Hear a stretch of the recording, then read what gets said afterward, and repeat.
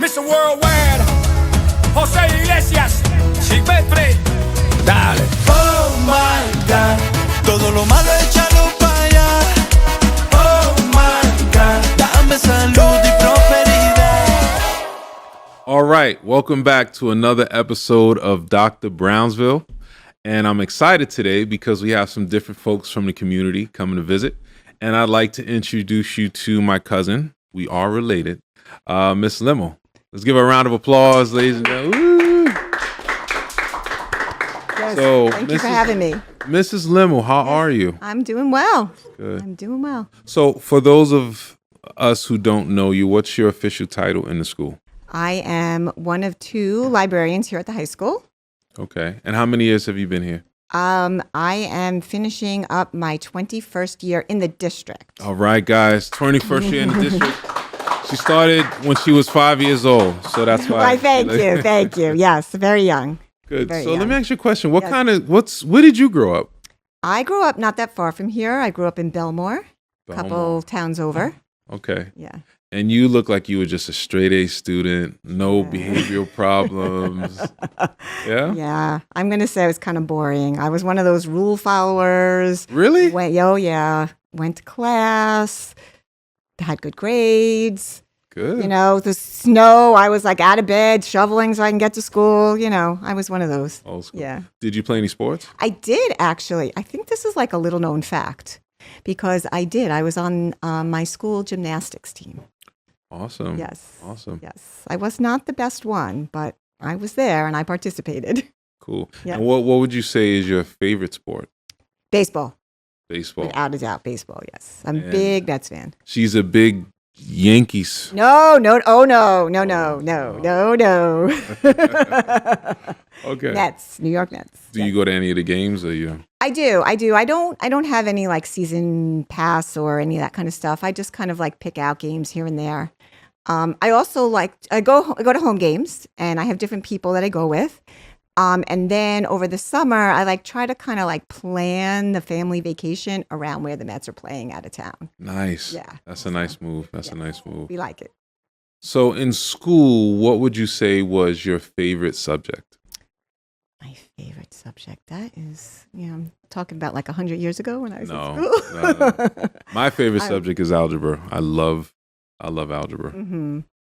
I really like science. I'm going to say I really like my bio classes. Okay. I started out in life as a science major and kind of switched gears, put it Okay. that way. So in terms of your career, you've always been in education or did you transition from? No, Okay. no, I transitioned. So when I started out, I was a nutrition major and I graduated with a degree in nutrition and I used to work at North Shore Hospital. I was a dietitian, educating people on what they should eat after they had this surgery or that procedure. And I hated it. Absolutely hated it. Too boring? I felt like I was the enemy. I'd walk into their room and they'd be like, oh, the nutrition police are here. Like, oh, what are you going to tell me? I didn't like it. And I did some searching, do I just not like being in a hospital? Do I not like the field? And one of my coworkers, as it turns out, her sister was in school for library science. So I kind of said, oh, that's interesting. And that's how I started. I made my transition and I went back to school and then, as a school librarian. Cool. So Well, here I am. shout out to the librarians. I had a librarian, Mrs. Plassman, if you're out there. She's I listening. remember she was awesome. She really helped me to understand how to kind of differentiate the text that you read to be consistent. Mhm. So she encouraged me to read some informational text, to read something casually that I just enjoyed, and to read something that's just far away from, the stuff that I'm used to, Mhm. and to kind of exchange it. And it helped a lot in terms of being consistent. Are you an avid reader? I am. I'm always reading something, but I am a slow reader. So it does take me a while. Talk about that because students Yeah. sometimes feel embarrassed, like they have to be the fastest reader on earth. And I know that that's not true. No. I read slow. I don't skim. I can't skip words. If I do skip, I go back. So I just kind of own it. Sorry, I just own it. I'm a very big library user. I get my books from the public library.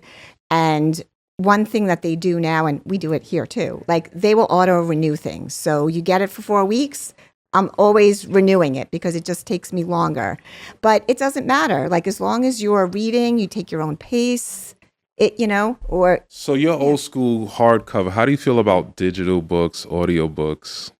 I do that as well. And I'm not a good audio. I don't like that. I tried it. good. I don't know. I just feel detached. My mind wanders too much. Yeah. So like I'll be listening to something and then it's like, oh, wait. Now I have to like rewind the book and stuff. So audio I'm not good with.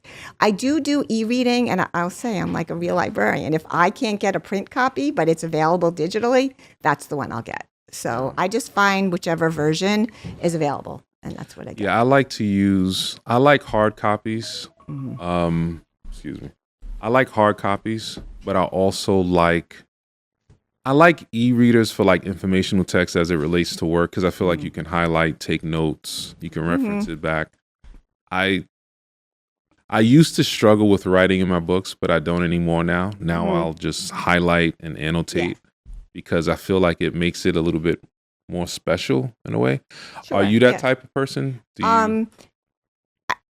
Like I said, I do most of my reading as borrowing. So of course, no, I'm not going to do that. Okay. But what I do is that if I do really like something, then I'll purchase the book, and then I'll go back and I'll highlight what I liked, and I'll leave Post-it notes and things like that. Okay. So if it's you, I just had a group of students in, they were all borrowing for their class project, and we were just talking about it. I was like, if that's your book and you own it, you do whatever you want. You want to write in it, fold down the page, whatever.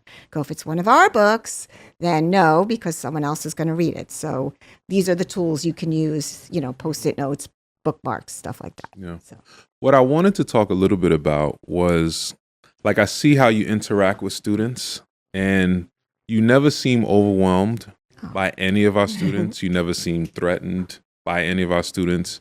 You have a great disposition with all of our students, even the students that some people might say are quote unquote bad or not the best students. Where do you get that from? You seem very cool. Well, thank with you. The students. I'm going to say, I'm a parent. My children are in their 20s. I've kind of lived through some struggles that they've had. And I've kind of learned that when, students need to be students, or your own children, they just want to be heard. They want their voice to be heard. They want you to listen to them. So if you like kind of step back and say, okay, wait, like, how can I help? Or, what do you need right now? Like kind of try to look and say, if someone is exhibiting some behavior or words or whatever it is, there's a reason behind that. So trying to like think about that. The other thing is, I'm a different type of person. I'm not giving them a grade. I'm not, That's true. There's a different type of relationship. So I feel like I can be that other person to kind of speak in a different way. Would you ever teach? Well, you'd have to give out grades, and that's when the relationship might change a little. Well, that is true. And when I said I'm in the district 21 years, the first 11 of them were at Walnut Street. And when I was there, the students would come in and they were mine for the whole period. And I did have that different relationship. I did give grades, assignments and grades, and called parents and, that kind of thing. So I've had that relationship with them. Yeah. But even with that, if you genuinely are empathetic and you're able to connect with students, you can even have those hard conversations and it not turn into like this weird, tension-filled relationship. That is true. Definitely. Yes. So that's pretty much it. I have one last question. Okay. You got to answer correctly. Uh-oh. Or you're gonna get in trouble. Uh-oh. No, see, I don't get in you trouble. Ready? Jay-Z or Nas? Don't mess this up. Don't mess this up. You said you like the Mets. I do like the Mets. There's a reason I'm asking. Oh, man. Pick the right person or it's going to be beef. Uh-oh. I think I'm going to have to take the fifth here. Oh. I said Jay-Z or Nas because Nas is from Queens. He loves the Mets. Okay, so all right, cool. Nas it is. Well, anyway, thank you for watching another episode of Dr. Brownsville with my homegirl, Miss Limmer. Thank you for having me. All right. Have a good one.